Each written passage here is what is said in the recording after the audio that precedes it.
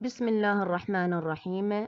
نبدأ هذا العرض بالتذكير من الهدف منه، وهو عرض موجز للمجالات ومعاييرها ومحدداتها وطبيعة الشواهد.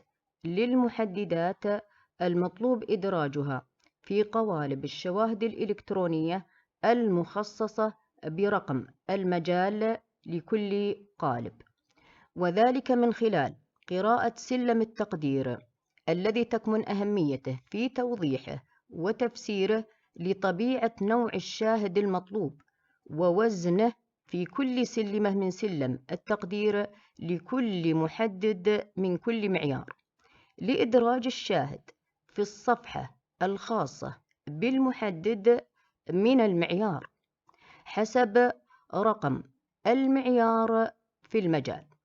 وليس الهدف شرح المجال ومعاييره ومحددات المعايير، فلكل مجال بمعاييره ومحدداته دورات لا شك أخذها المشرف وعمل بمضمونها، بدلالة اشتراط أن يكون المرشح قد أمضى عامين دراسيين في الإشراف، وبدلالة حصوله على 95 في الأداء الوظيفي. فالمطلوب إدراج شواهده التي هي تحصيل حاصل لعمله الإشرافي في هذه المجالات.